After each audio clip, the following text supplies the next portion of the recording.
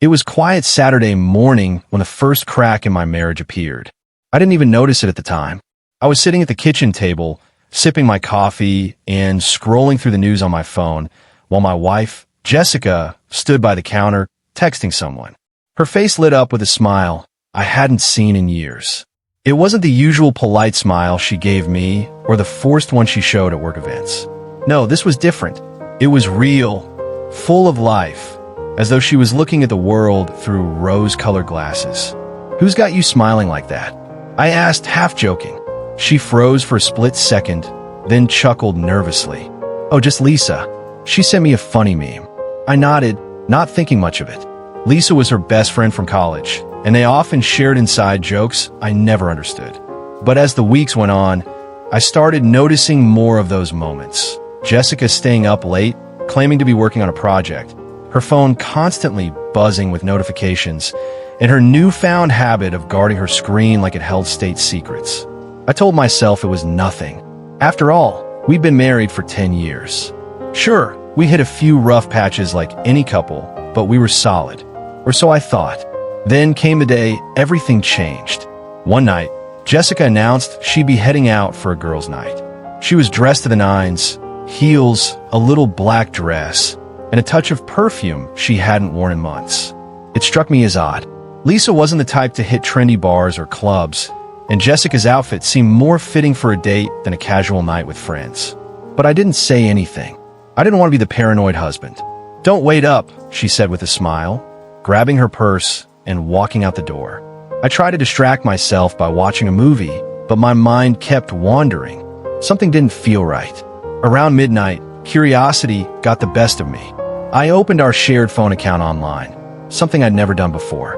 As I scrolled through the call logs, one number stood out. It wasn't Lisa. In fact, it wasn't any name I recognized. The number appeared frequently, during her lunch breaks, late at night, even on weekends. My heart sank. I copied it down and decided to call the next day. When a man's voice answered, I hung up immediately, my hands shaking. I couldn't jump to conclusions, but deep down, I already knew. The following week, I started paying closer attention. Jessica's absences became more frequent, and her excuses grew flimsier. One day, when she said she'd be working late, I drove by her office. The parking lot was nearly empty, and her car was nowhere in sight. My suspicions were no longer just suspicions. They were facts. That night, I couldn't sleep.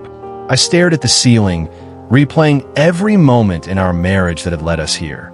The late nights, the distant looks, the sudden bursts of happiness that didn't involve me. I decided I needed answers, but I didn't want a confrontation. Not yet. The next day, I hired a private investigator. It felt drastic, almost like something out of a bad movie, but I had no other choice. I needed proof. If my marriage was falling apart, I at least wanted to know why. 2 weeks later, the investigator handed me a folder. My hands trembled as I opened it. Inside were photos of Jessica with a man I didn't recognize. They were holding hands, laughing, and entering a hotel together. My chest tightened as I flipped through the images. There was no denying it now. Jessica was having an affair. That night, I sat in my car for hours, staring at those pictures. I felt anger, betrayal, and heartbreak all at once. But amidst the chaos of my emotions, a sense of clarity emerged. I realized I had a choice. I could confront her and demand answers, or I could take control of the situation on my own terms. I chose the latter. Over the next few days, I began making preparations. I opened a new bank account, transferred half of our savings, and started looking for apartments. I wanted to leave, but I didn't want to leave empty-handed. If Jessica had chosen someone else, then she didn't deserve me or the life we'd built together. One evening, while Jessica was out, I packed my things. I took only what I needed: clothes, personal documents, and a few sentimental items. I left my wedding ring on the dresser with a note that simply read, "I know, don't call me." As I walked out of the house for the last time, I felt a strange mix of sadness and relief. The life I thought I had was over, but a new one was just beginning. In the days that followed, Jessica tried to contact me. She called, texted, and even showed up at my new apartment. But I didn't answer. I didn't want to hear her excuses or apologies. I wasn't interested in explanations. She'd made her choice, and now I was making mine. Months passed, and I began to rebuild my life. I threw myself into work, reconnected with old friends, and even started therapy to process everything I'd been through. It wasn't easy, but it was necessary. For the first time in years, I felt like myself again. One day, I received a letter from Jessica. It was long, full of apologies and admissions. She wrote about how she'd taken me for granted, how she'd let herself get swept up in something meaningless.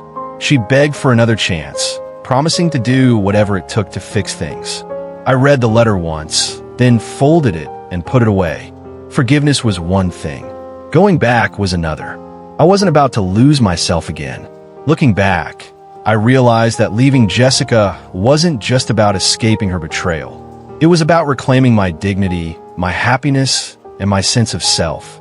And for that, I'll always be grateful.